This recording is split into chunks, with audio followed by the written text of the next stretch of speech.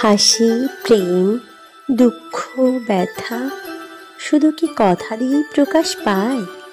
অনেক কথাই বুঝি শরীর সঞ্চালনায়।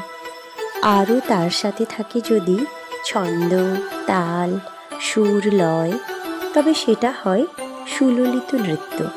দ্রেমিকি দ্রেমিকি তালে, মৃদঙ্গের তালে তালে নাচেন স্বয়ং নটরাজ।